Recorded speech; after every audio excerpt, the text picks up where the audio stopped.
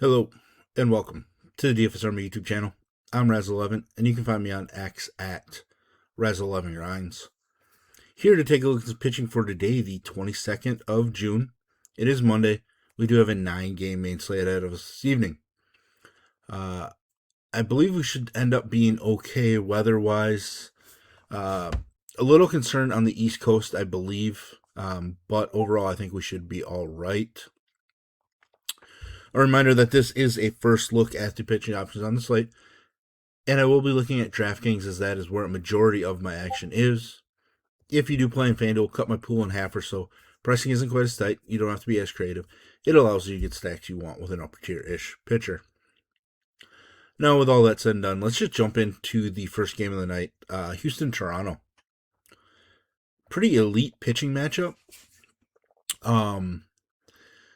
In a great spot for us to use Dylan Cease after getting rained out yesterday in a spot that we're somewhat questionable on with the potential rain. Now we get to use him at home. Upside is massive.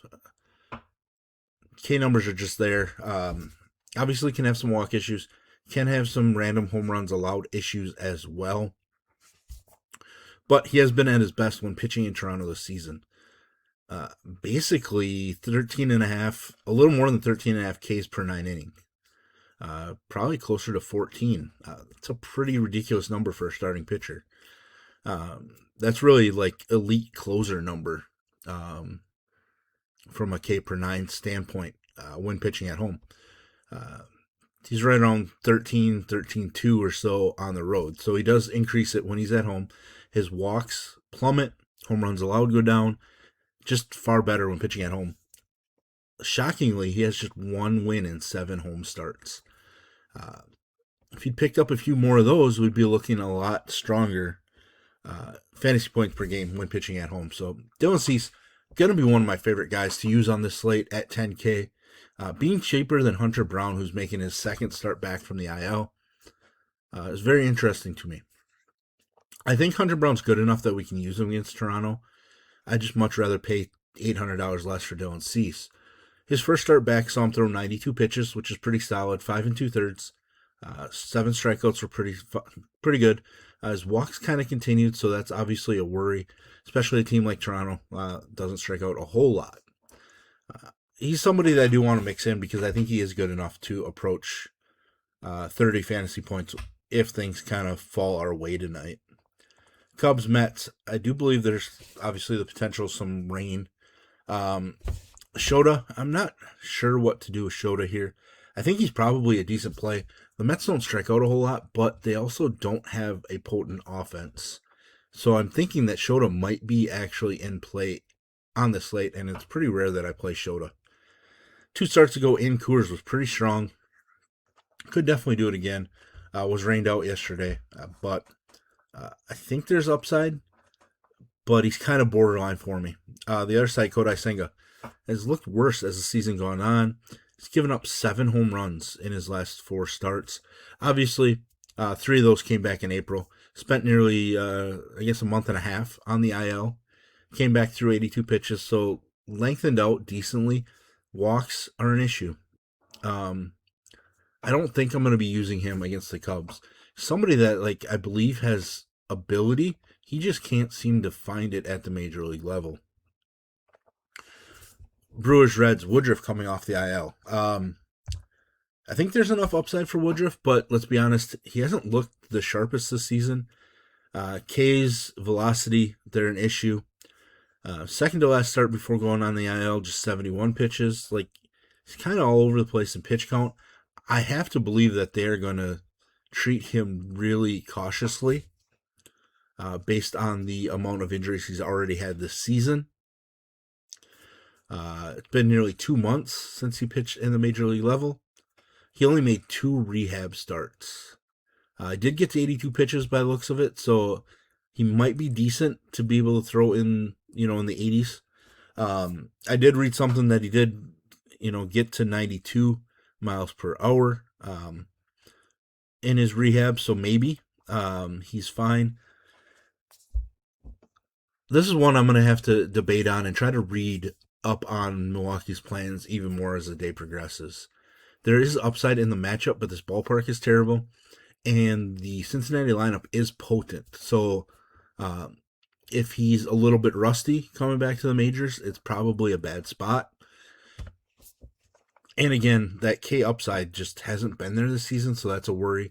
Also, the fact that they could keep him in the 70s for pitch count does worry me. I realize he did just go 82 pitches, but, notice 67, 70, 71 in 3 out of his 6 starts. And the other one was when he got hurt again. So they really need to treat him cautiously because they need him more towards the end of the season than they do right now. On the other side, Brady Singer's not somebody I want to use. He's been better of late. Hasn't given up a home run over his last 2 starts, which is something that he's had a huge issue with so far this season. But walks have been up. He's not a strikeout guy. It's not a great offense to walk people against. They don't have a ton of home run power, but they walk a ton of base hits and a ton of doubles with some stolen base ability as well. So it's just not a good spot for Brady Singer. Cleveland and the White Sox. Gavin Williams, somebody that I always use. Traditionally a reverse splits guy. He's been a little closer to even this season. The big issue, 2 home runs allowed in each of his last 3 starts. The White Sox have plenty of home run power in their lineup. So there is a little bit more volatility than you might think. Pitching on the road, he hasn't been as sharp as at home. That can definitely be an issue. Home run rate skyrockets when on the road. Walk rate goes up as well. But I still think Gavin Williams has plenty of upside, so we do want to utilize him. Anthony Kay on the other side, I'm going to have to debate a little bit more. It's not really somebody I love using. 2 starts ago against the Dodgers, though, he was really strong. And we know that the Cleveland lineup is super weak right now, even though they've kind of done a little bit of damage recently against, I think, the Brewers and the Astros. But Kay's been at his best when at home. Like, his ERA is half of what it is on the road. He's 5-0 at home. I do think he might end up being viable, and it feels really gross. If I end up with somebody like Anthony Kay, then I may not end up with like Shota, any other cheap pitchers really, because I don't really love jamming in cheap guys.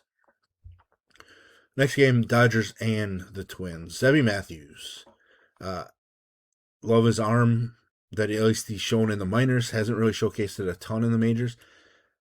Gives up home runs in bunches, and this is not a team that you want to have that issue on against, so I just can't use Zebby Matthews. Eric Lauer, I think he's decent, but I just don't think it's a good spot for him. Minnesota still scoring runs. It's their pitching staff that's causing them problems. I think they're up to 6th in baseball in total runs, as I was looking earlier this morning. Just not the best spot for Eric Lauer. Arizona, St. Louis, we get Merrill Kelly. No thank you. It's been a month since he's gone for double-digit fantasy points. He had a decent stretch here for a little bit, but he started out the season pretty bad as well. His numbers on the road have been better than at home, but still, look at that, 19 strikeouts on the road in 42 innings. Almost as many walks as strikeouts on the road. No thank you. Andre Payante, probably somebody I'm going to consider. He, to me, on the surface, probably looks like a more intriguing play than Shota, but they're probably very similar overall. In their returns, they're not similar as a pitcher. Payante, an extreme ground ball guy. Shota can give up quite a few fly balls. So, Payante is interesting because even though we know that the top part of the Arizona lineup is potent, the rest of that lineup hasn't been. I think they have like the 5th lowest overall OPS in all of baseball. Another stat I was kind of looking at from a team-by-team breakdown standpoint. So I think because of that, Payante has to be somebody we consider. I just don't necessarily love $8K on his price tag. Boston, Colorado. I don't think I'm getting to Jake Pennant on the road in Coors. He's a decent left-handed pitcher for sure, but he's kind of capped pitch count-wise. Pitching into the 6th multiple times, but still a season high of just 5 strikeouts. It just doesn't feel the greatest overall in Coors, even though left-handed pitching against Colorado probably fits better than right-handed pitching. Ryan Feltner on the other side has had a couple decent starts this season, but nothing in the 20s, so I don't think we're missing much by not playing Ryan Feltner, even though, again, I pick on Boston quite a bit with pitching. Baltimore and the Angels. El Aguirre, I don't think I'm getting there. Doesn't feel like a great spot, even though Baltimore is a team we've been able to pick on with pitching. I just don't think El Aguirre is going to get there. Being left-handed does help him a little bit in the matchup, and he is much better when pitching at home. He's just not really a big strikeout guy. Walks are an issue. Hasn't allowed a home run at home, but that could definitely change against Pete Alonso tonight. The other side, Kyle Bradish, definitely going to be using Kyle Bradish, coming off of a ridiculous 12 strikeout performance. I hate chasing that, but Bradish is a guy that we've kind of been waiting for to come back to us. His ability from 2 years ago really showcased some upside. So in his return from surgery, he's not going to be very consistent, but still, it is an elite strikeout matchup. He's been really bad on the road, but he just did that 12 strikeout performance on the road, and that was against the team that he had faced the previous week. So I like what he's looking like coming into this. I really want him to cut back on the walks a little bit, but Angels definitely weaker without Trout in the lineup as well. Kyle Bradish certainly going to be a super popular option, I would assume. I haven't looked at any ownership, but $8,500 feels like a really, really nice price. Last game of the night, we get Atlanta traveling across the country to San Diego. Because of that, I kind of think I have some interest in Michael King. His last 5 starts have been atrocious, and that's putting it gently. 4 or fewer strikeouts in each of those 5, 3 or more walks in 3 out of those 5. So there's definitely been an issue because he's a stronger strikeout guy than that, and he does have some walk issues, but he doesn't normally give up this many home runs either.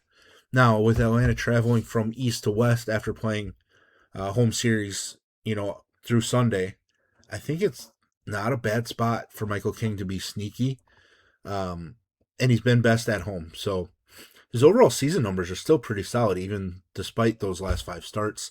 So I do think he is a guy that we want to use more than the field tonight. I would expect him to not have much ownership because of Kyle Bradish is similar priced. Grant Holmes on the other side, I'm going to consider Grant Holmes. He's been pretty bad. But in my searching of numbers this morning, San Diego has the lowest OPS in all of baseball. The lineup has names, but they've sucked. At some point, they should start hitting. With that said, I don't know that it's just going to magically turn on. So I have to consider Grant Holmes. I'm not sure if I'm going to get there, but he's at least in consideration right now. Between the two, I'd rather play Michael King for sure, even though he's taking on a tougher offense overall. But there we have it. There's my first look breakdown of the slate today. If you enjoy what I bring to you, please hit the like button, hit the subscribe button, turn on the notification bell, and get the alert anytime we drop videos here at DFS Army.